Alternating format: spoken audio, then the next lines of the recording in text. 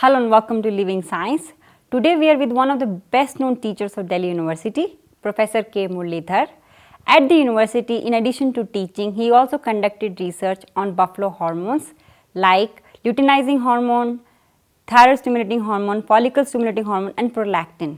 His work led to the development of radioimmunoassay, commonly known as RIA, specifically for HCG. He also headed the Department of Zoology from 2001 to 2004. And so, Professor Muralidhar, we are very happy to have you here. It's my pleasure. My first question is actually from students. So they would, since you've been part of the research community and teaching community for so long, so the students have requested this question and they want to know how has been your journey in science and what do you think of journey of Indian science from independence? Very good question. But to understand that Indian science journey, you will have to look at the background because there are some issues which will come. All of us suffer those issues. And so let us begin and understand this very clearly that what we call science is alien to us. It started in Europe only during and after Renaissance period. And through colonial rule, it came to almost all the countries of the world. We got it through British. So if you look at it now from there, you notice that the science as we call modern science, Western science, we got the science, but we didn't get the scientific temper and the scientific method through which you have to practice science. That was not properly incorporated.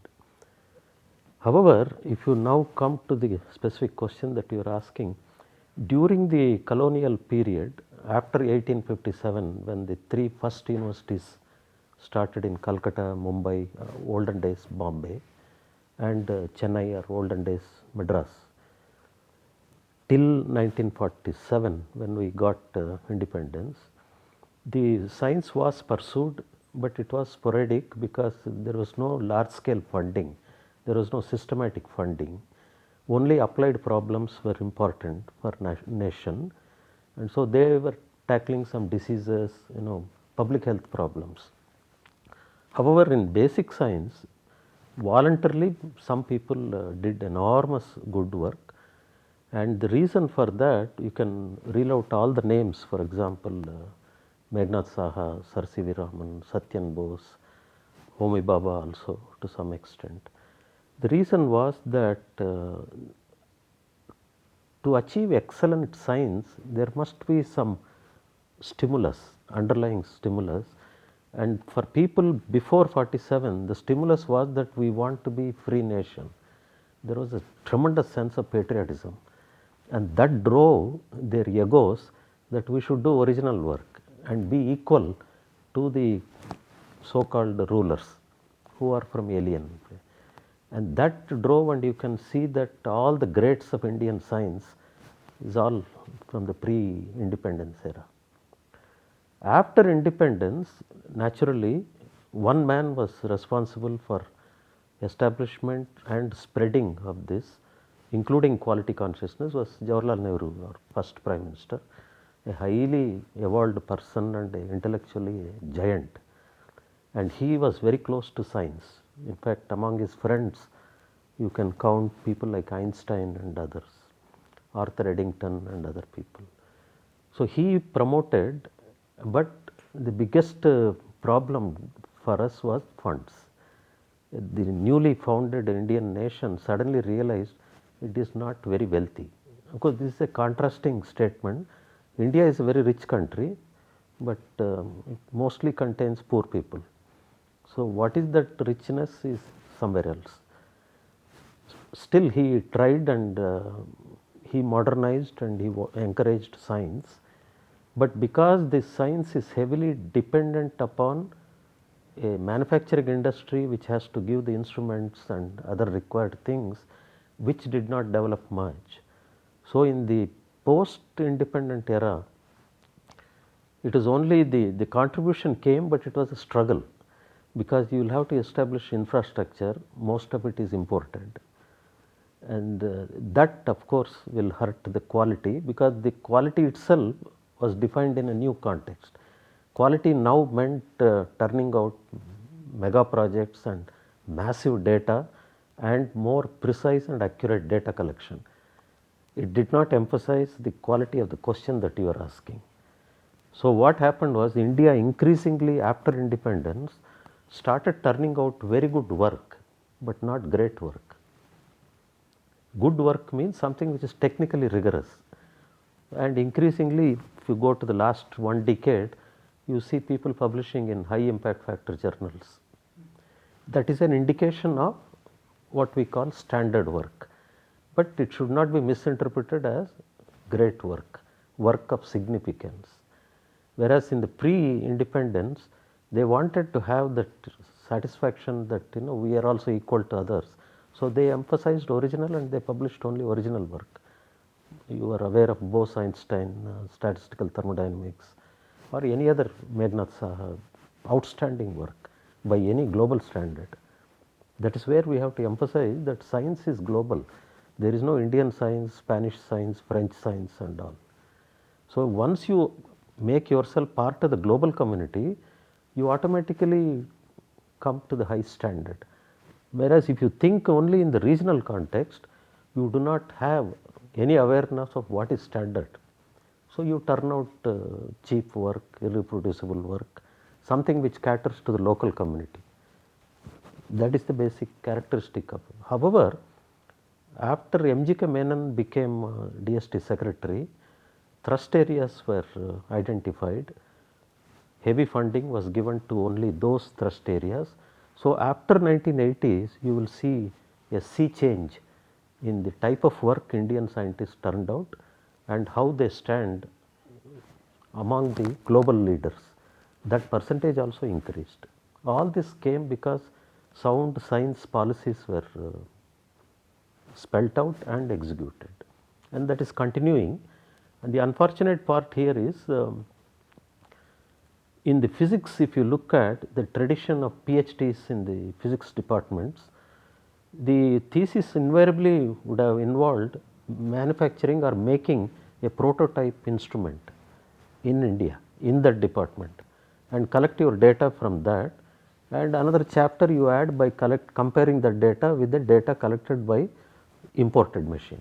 So every PhD thesis automatically became a self-sufficient in probing an area of current area or whatever is the area.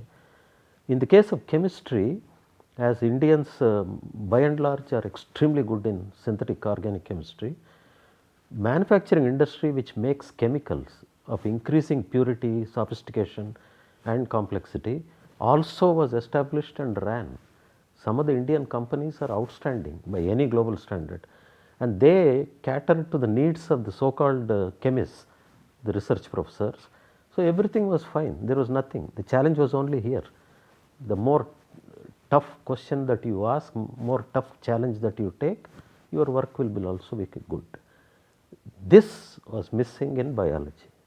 The three pillars for natural science, biology somehow we did not have a supporting industry, number one, and the requirement of investigations in this modern biology area also required enormous number of sophisticated instruments, and India did not have any background in these things. With the result, almost if you exaggerate a little bit, except the guide and the student, everything is imported. So somebody can make a cynical remark that you export these two, it will be cheaper to do research.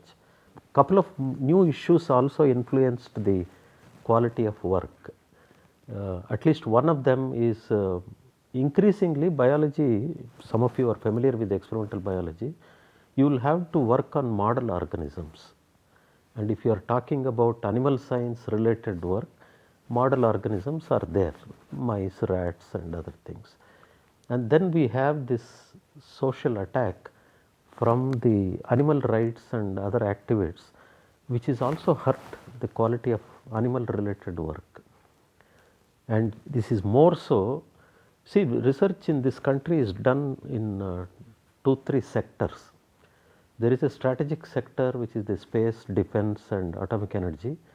We do not know much about it because they are internally regulated. There is a second sector which is of recent origin after 1942, what we call this CSR institutions, ICMR institutions, DBT institutions and all that. And there is a third most important sector where research is done in a background of educational context, the huge university system, and there all these problems came together. That is the reason why if you see the quality of work by any standard, by any yardstick, you see universities come in poor light. Not because there is no talent there, it is because the other things which we combinedly call infrastructure simply does not exist. That is one as why if you see the post independent science, you will see good contribution in physics continues to be do, very outstanding contribution in chemistry, but when you come to biology, it is the institutions which are outside the university campuses, they are doing very well by their own yardstick that I should publish in high impact factor journal. I have already commented on that because it is geared for that.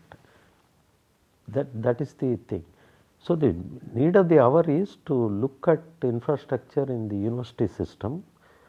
Your recruitment has to be very strict and take only talented people, then it will also do like anybody else. There is no dearth of talent there. But sir, I mean, actually in the beginning, universities were meant to teach and do research. But along the time, it seems like we have bifurcated and we have given the job of research to the institutes and we have heavily left, teaching to the universities. So in your opinion, is it a good thing? Okay. First of all, I have to correct the statement that you made. It was not that these two were bifurcated, that the universities were asked to do teaching and the institutions were asked to do research. No. Universities always had teaching and research as their mandate, but what happened was university people by their own nature of their personalities will not take an application oriented problem. They are not interested in solving problems which nation is facing and which is of immediate relevance. Let us say drinking water for everybody. Let us say steel manufacture for all to support our industry and buildings and all this. Take anything, disease control, disease burden, vaccines. These are not priorities for university professor because he is working on fundamental science, that is what he claims. And therefore, mostly you see university people indulging in blue sky research. And that made Government of India, especially through Shantiswarup Bhatnagar, who gave this advice to Jawaharlal Nehru, that we should have separate institutions who address socially relevant problems and not bother about doing blue sky research. That was where the thing came. But then immediately after starting all these institutions, you understand that any guide, everybody realizes the workforce is student, not the technical assistants nor the postdocs, because we do not have a postdoctoral culture in this country. And therefore, what happened, these people who are employed in the institutions realized that without a proper workforce, I can't turn out anything. So, naturally you want students. How will you get students? You are not a university. That started so called registrations in universities. You work here. I am sure even now ICGB is part of JNU. JNU is all over India. It has recognized all the institutions. With the result, in due course of time, while they were addressing socially relevant problems, no doubt about it, but what came out were number of PhDs. PhD production became the major mandate, not a mandate, but major activity rather than solving the problem. You take any area, I will give you the answer. Good work, but problem is stays. PhDs coming out, very good PhDs. We are very proud of this. So, you see deja vu, same thing happened earlier. Jawaharlal Nehru wanted to improve the quality of engineering education and see that our roads and buildings are of proper standard and proper quality. So, he thought of IITs, 5 IITs were started, each one with a collaboration with one country, America, England, Germany, they all supported. And We turned out very well. They became role models actually, engineering education. But then the products of this, did they help build India? No. 95% exported and the remaining 5% went to MBA. So, they are all selling toothpaste here. So, where is your that output, the dream of Jawaharlal Nehru did not happen. Same thing now, all the research institutions are producing outstanding work. Where are these people now? Are they absorbed in the university sector? No. There seems to be a love-hate relationship in these two between them. That is a different problem. But nevertheless, we see that 90% of the products from excellent institutions, NII, ICGB, CCMB, IICB, anything you take, export. One-way traffic to US or Europe. That is hurting. So, as we have come very far, including some people can stand equal to any global leader, even potential Nobel laureates are here. But still it did not benefit the nation. That is the one which explains we have islands of excellence, but there is a sea of mediocrity in which you are sunk, and that is the statement of situation in India. So, Dr. Muralidhar, it makes me think of two actually follow-up questions. One is why we could not have fixed the university system to begin with. You could have maybe made the research more strong. And second part is that earlier we were talking about journey of Indian science after independence. So, in your opinion, do you think Indian science has moved with a reasonable pace and that we have earned some respect internationally? Yes, the science that is being done in the institutions, yes, it is equal to anything else in the world. Europe or, oh, I am very confident about it.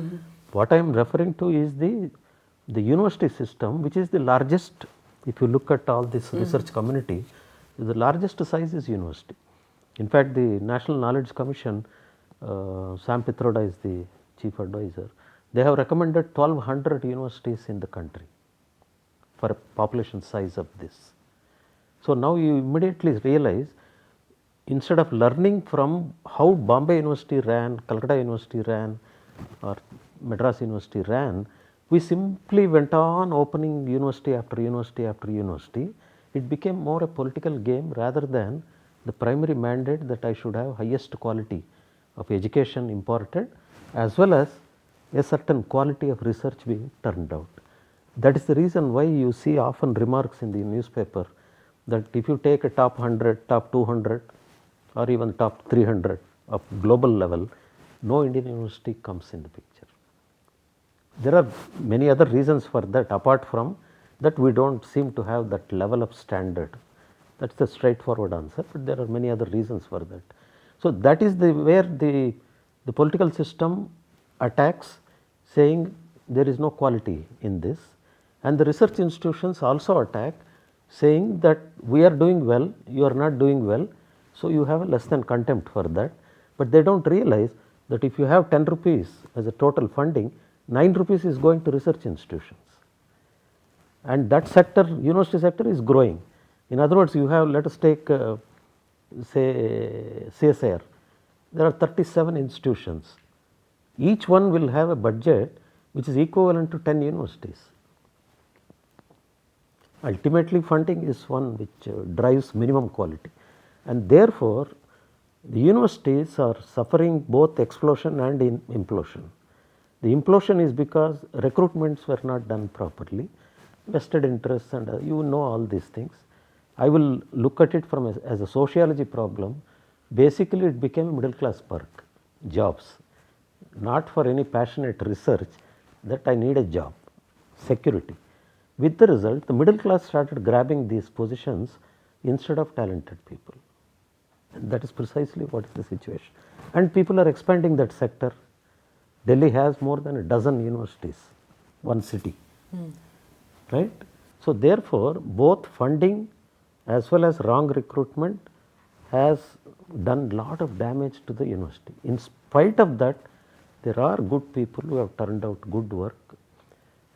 So, the story is not black and white, but it is grey always.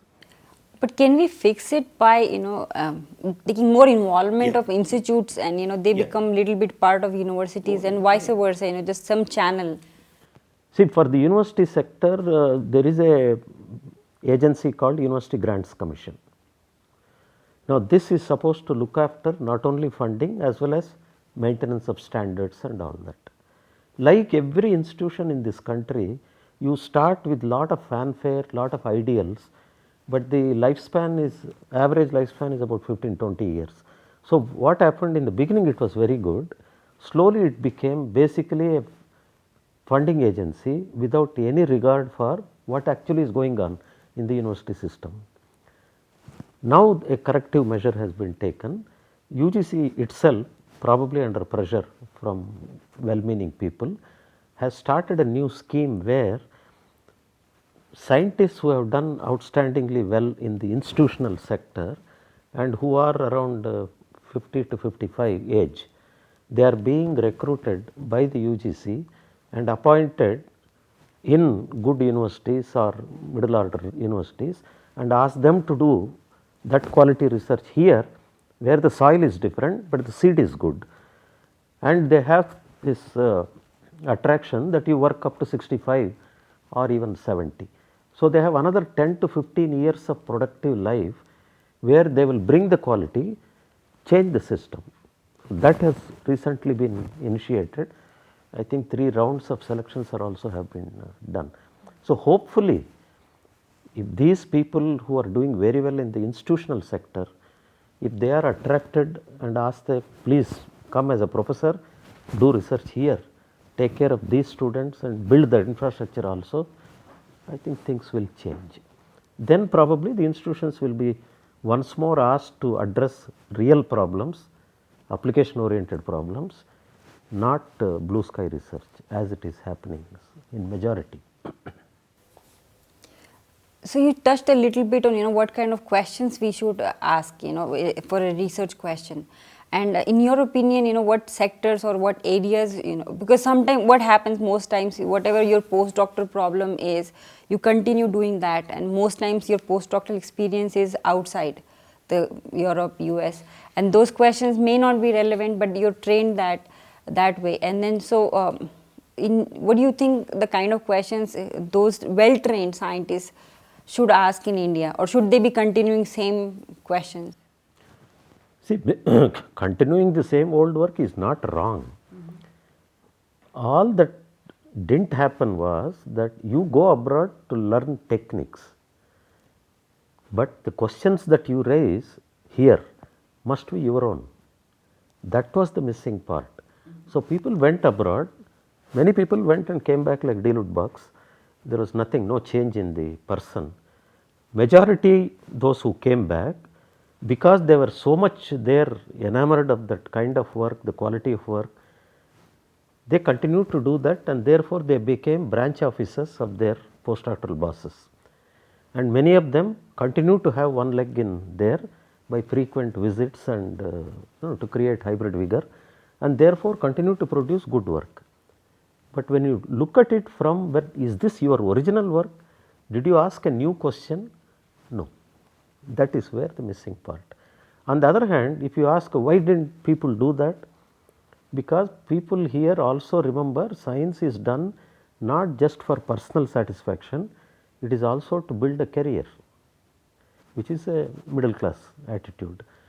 Now, if you look at career requirements, the so called promotional avenues and the way you are moving up the ladder in the so called career, the demand is that how many papers have you published, how many are in the high impact factor. So, you want an instant factory to come out of that guy. Now, original work has to have a lag phase. As we call it jocularly, 10-15 years of silent original work without fanfare, without noise, without publicity, that produces great work. But people are in a hurry because you will be assessed every year. If you look at some agencies, I will not name them here, they want 6 monthly reports, progress reports. So, the whole project period you will be writing reports only. Where is your time for designing the experiment, think of new things, And if you look at project proposals, they ask everything short of asking what is the expected result. That means there is no research component in 9 out of 10 research projects. It is a known technical program of work. Because you are doing that, because they demand like that, you have to fill the form. So the column is there, what is the expected result? Then what is this? I have good enough to sit in number of committees in many of these agencies, and I never saw a single principal investigator coming up and saying with a sheepish smile, sir, I did not, my project is a failure. I could not execute nor got the result that I was dreaming. I have not seen anything. All progress reports are very good. If all progress reports are very good, we shouldn't have any research problems left. All problems are there only. You take any area in biomedical research, problems are there only. Obviously, both the funding agencies don't have the guidelines, PIs don't have anything, and there is a social pressure which is increasing day by day. Your family size will increase. There are other demands coming. So basically then doing science means building a career in science. These two are different, but that's what we do. So a successful scientist in this country is defined by only those yardsticks. How quickly you become a director of an institute or vice chancellor, as though this is the pinnacle. It is not. The other pinnacle should be that what original discovery you have made. That is so. When the goals are not clear, you always have this kind of. We live with dichotomy. Of course, the solution immediately will be that starting from research scholars, you must give them sufficient respectable, what we call salary or fellowship, so that he is not worried about next lunch or next dinner or going for a cinema or something. Satisfy those things, then you see things will see change in the quality. And you have only two ranks. You admit them all in one rank. Until you come out with a breakthrough, you can't get the next rank, and there is no further rank. Don't link it to administrative positions. You should never make it. In USA, you have seen directors' names don't come into picture at all. It is the scientist who comes forward. Even PhD, you see, look at the horoscopes of any scientist there outstanding. You don't know where he did PhD or not, or who was his PhD boss. But the first question we ask if we meet anybody, where did you do PhD? Who is your boss? As though this fellow has to be judged by the boss. Pedigree is more important in this society, right, from 5,000 years. That is the problem. Why do you bother about my father? You assess me. That we never do that. I am sure many of you have gone through appointments and selections. That's the problem, basic problem. Well, is it possible that this problem has stemmed from university itself? Because in universities, we all are a product of university at some level, right? Yes. And maybe because in university how we are assessed is by memorizing. So so maybe we are trained far too long. Yeah. You don't make them think creatively or practical problems. So we actually till BSc we make them memorize, even until MSc. We make them memorize and just spit it out in exam. Yeah. And that probably takes you to the scientist position, and you're still in that in that mode of not originally, you're never asked to think originally. So maybe is that the problem? It's a part of the problem, part of the solution also in some areas. There are two dimensions of what you raised it. One is the education sector, which you are referring to, that the pedagogy that we employ for training students essentially, and the examination system that we have basically encourages this faculty of mind, which is memory based, and so you simply by heart. Any number of jokes you can have on these things. The biggest statement came from the biggest scientist in this country, Professor C.N.R. Rao, who said India does not have an education system, it has only examination system. If you read the original mandate of what is written for Madras University, Bombay University, Calcutta University by the colonial rulers, that is the first sentence. This university means it conducts exams. Nowhere it is written that you teach MSc, you teach MA, nowhere it is written. You read those things. So, that mindset has come like that. That is one. So, basically then these are not teaching institutions, they are coaching institutions. That is what you have, this proliferation of coaching centers. They are preparing you for an exam, but a university is not supposed to do that. You are supposed to teach. So, we misunderstood those things, and therefore, memory was emphasized. Unfortunately or fortunately, this is okay still if you are doing humanities, if you are doing social sciences. When you talk of natural sciences, especially experimental sciences, the best faculty that you need is intelligence, not scholarship, not knowledge, ability to solve problems. That should start right from your BSc or even school, where imparting of science in the classroom and in the lab should not be like teaching poetry. The lab component must be much more. So, you go back to the Faraday lectures, you will see first do the experiment, then to understand that give a theoretical lecture in your blackboard. This is what is very elegantly put by Yashpal, that your experience or what we call practical experience should precede theoretical construction of the knowledge. We do exactly opposite.